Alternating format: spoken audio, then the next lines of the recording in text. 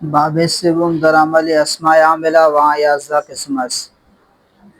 باب السوم تیسرا باب در عمل اسماء عاملہ، اسماء عاملہ کے عمل کے بیان میں، اسماء عاملہ کے عمل میں تیسرا باب۔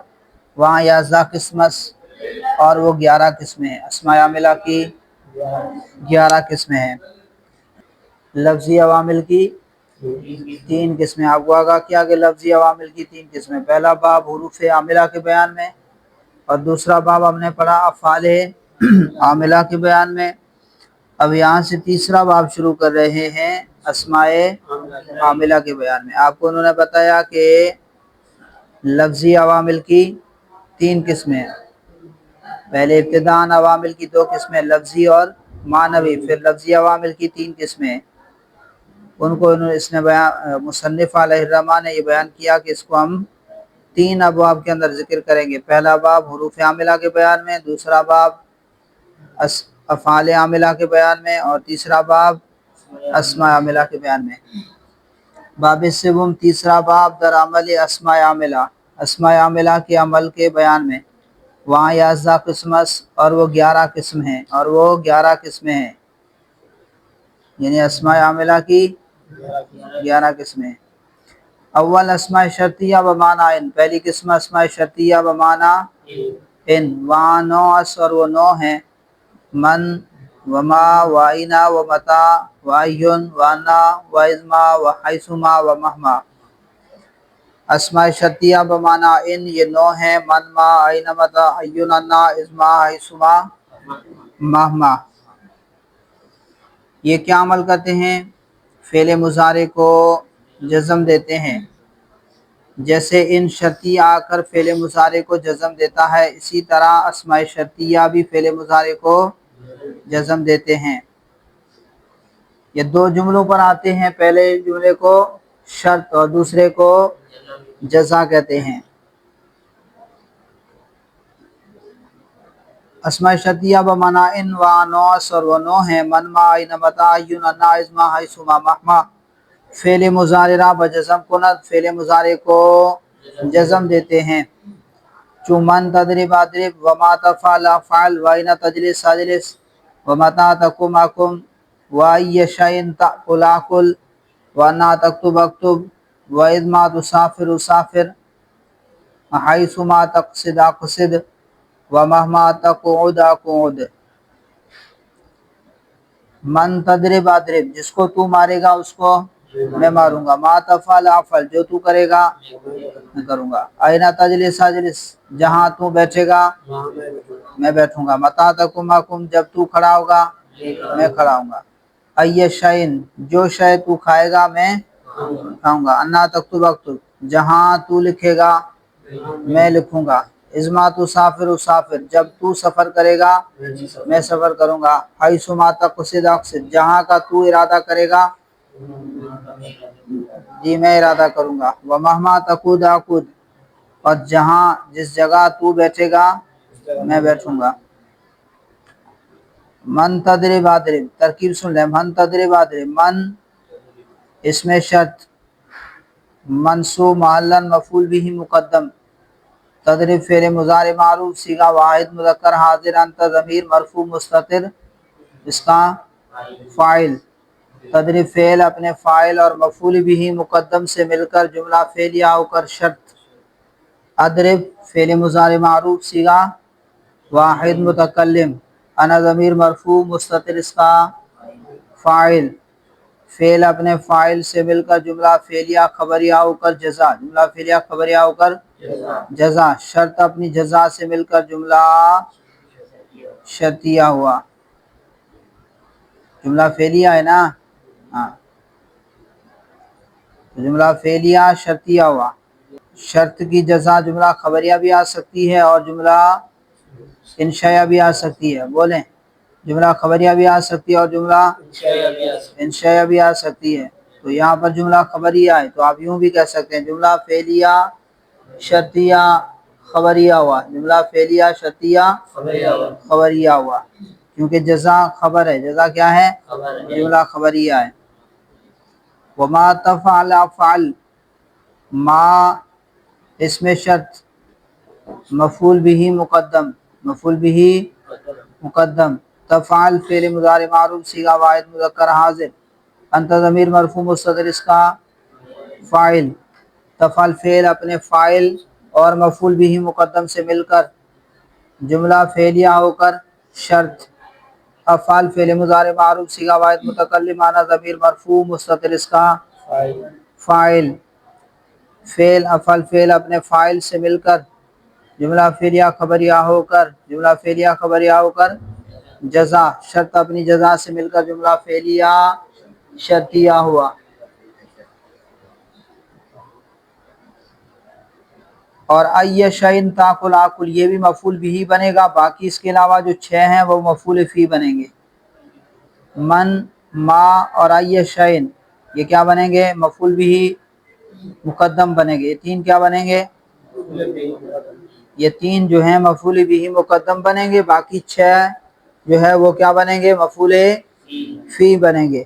آئینہ یہ مفعول فی مقدم، اسی طرح متا مفعول فی مقدم، اسی طرح انا مفعول فی مقدم، ازما مفعول فی بولو مفعول فی مقدم، اسی طرح حیثما مفعول فی مقدم، اسی طرح مہما مفعول فی مقدم۔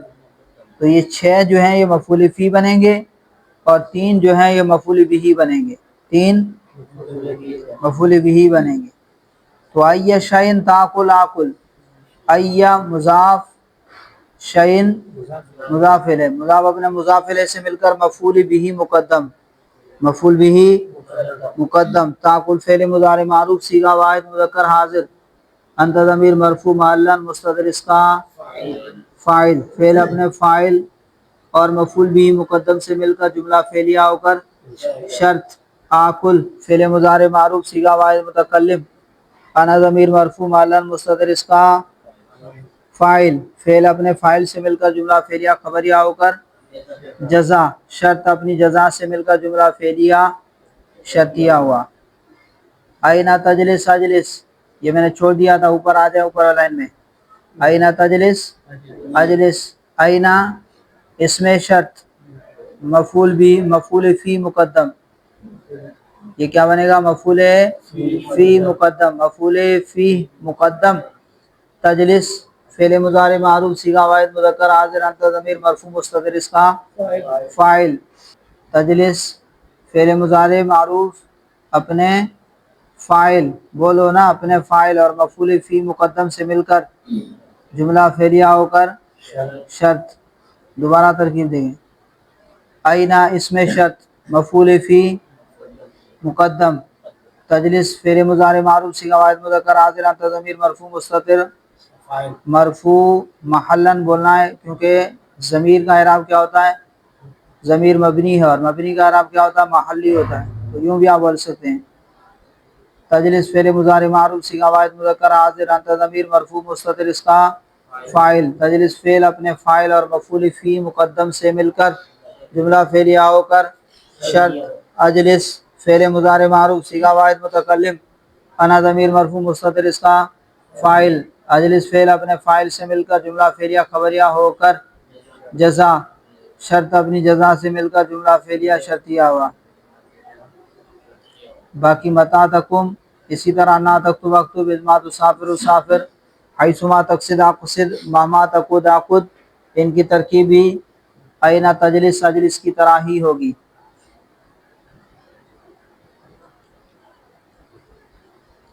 آئینہ مفعول فی مقدم، اسی طرح متا اسم شرط منصوب معلن مفعول فی مقدم، اسی طرح انا اسم شرط منصوب محلن مفعول فی مقدم، اسی طرح ازما اسم شرط منصوب محلن مفعول فی مقدم۔ سمجھ میں آ رہی بات؟ تو آئینہ یہ مفعول فی مقدم، اسی طرح متا مفعول فی مقدم، انا مفعول فی مقدم، ازما مفعول فی مقدم، اسم شرط مفعول فی مقدم، اسی طرح حیثما اسم شرط مفعول فی مقدم، مہما اسم شرط مفعول فی مقدم۔ باقی سب کے اندر تقعد یہ صیغہ واحد مذکر حاضر ہے، انت ضمیر نکال کے فعل اپنے فاعل مفعول فی مقدم سے مل کر جملہ فعلیہ ہو کر شرط اور عقود فعل مضارع معروف صیغہ واحد متکلم انا ضمیر مرفوع مستتر اس کا فاعل فعل اپنے فاعل سے مل کر جملہ فعلیہ خبریہ ہو کر جزا شرط اپنی جزا سے مل کر جملہ فعلیہ شرطیہ ہوا۔ تو پہلی قسم ہم نے پڑھ لی اسماء شرطیہ بمعنی ان۔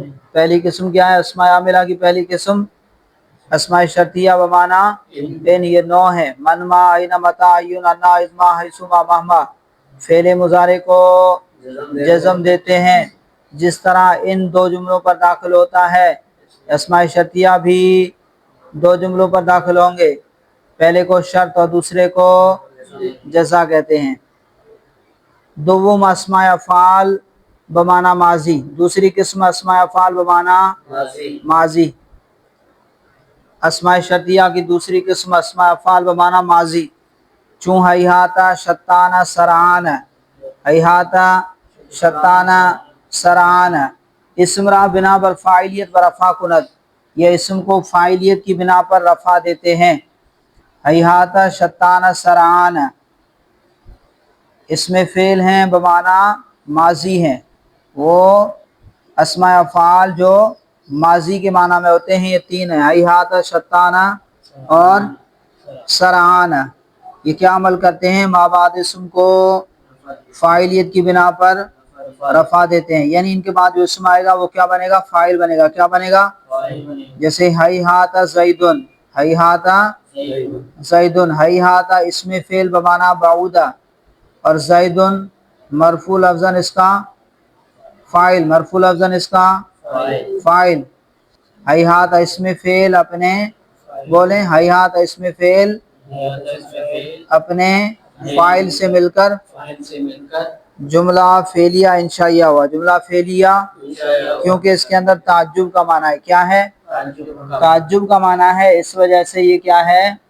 انشاء ہے، اس وجہ سے کیا ہے؟ یہ انشاء ہے، یعنی زید کتنا دور ہوا، ہیہات بمعنی بعود ہے۔ اسی طرح شتانہ، شتانہ معنی افتراق ہے، شتانہ اسم فعل بمعنی افتراق۔ زید و عمر، زید معطوف علیہ، واو حرف عطف، عمر معطوف، معطوف علیہ اپنے معطوف سے مل کر فاعل، شتانہ اسم فعل اپنے فاعل سے مل کر جملہ فعلیہ انشائیہ ہوا، جملہ فعلیہ شتانہ اسم فعل اپنے فاعل سے مل کر جملہ فعلیہ انشائیہ ہوا۔ اسی طرح سرعان بمعنی سروع، سرعان اسم فعل بمعنی سروع، زیدن اس کا فاعل، زیدن فاعل، سرعان اسم فعل اپنے فاعل سے مل کر جملہ فعلیہ انشائیہ ہوا۔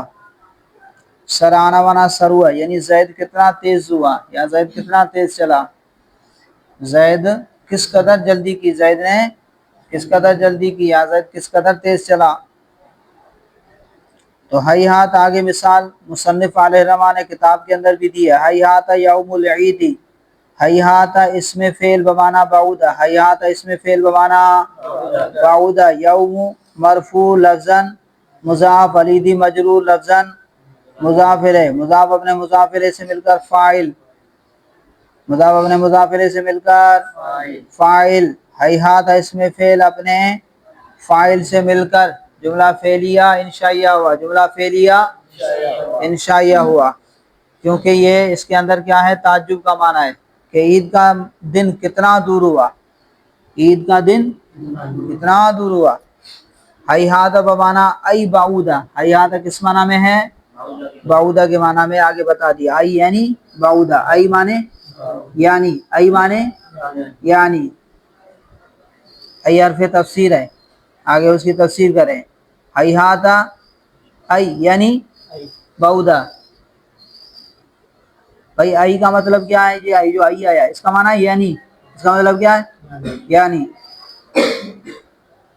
ایسا نہیں ہے کہ آپ سمجھیں کہ یہ آئی کچھ اور الگ سے کوئی جملہ ہے، کلمہ ہے، بلکہ آئی حرف تفسیر ہے۔ یہ کیا حرف تفسیر کے لیے یہاں پر لائے ہیں، ہیہات ای بعودہ، ہیہات یعنی بعودہ، ہیہات یعنی حیات کس معنی میں؟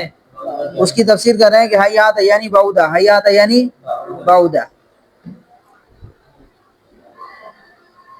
تو اسماء افعال بمعنی ماضی یہ تین ہیں، حیاتہ، شتانہ، سرانہ۔ حیاتہ، شتانہ یہ کیا عمل کرتے ہیں؟